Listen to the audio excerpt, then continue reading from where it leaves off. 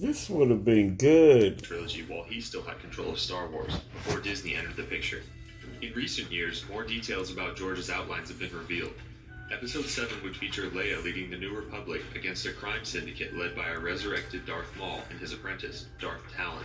Talon, envisioned as the main villain of the film, would literally seduce Jedi to the dark side before killing them.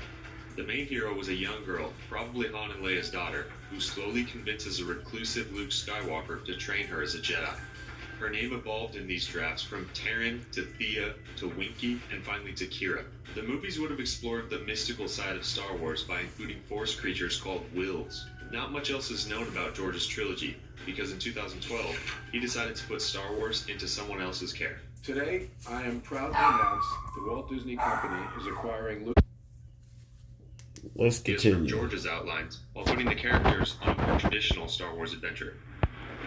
A band of pirate mercenaries led by a mysterious Jedi killer are hunting for the missing Luke Skywalker.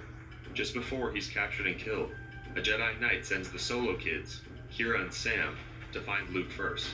Han and Chewbacca join them on their journey, which includes a junkyard swamp planet, a swim through the wreckage of the Death Star 2, and a final duel at Darth Vader's former castle, where Anakin Skywalker's ghost would appear, shifting between the forms of Anakin and Darth Vader.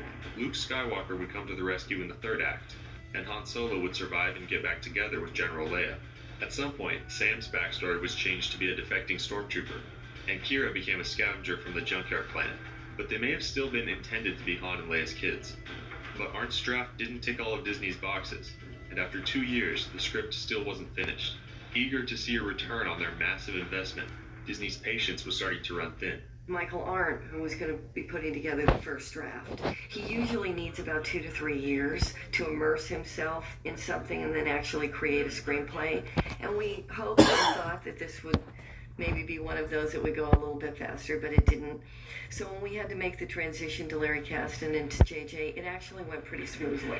They brought on 2 more writers to join Art and get the script finished. Newly picked director J.J. Abrams and Lawrence Kasdan, who co-wrote The Empire Strikes Back and Return of the Jedi. Tensions started to bubble between Art, who was still working on George's original outlines, and Disney, who didn't exactly trust Lucas's vision. They looked at the stories and they said, we want to make something for the fans.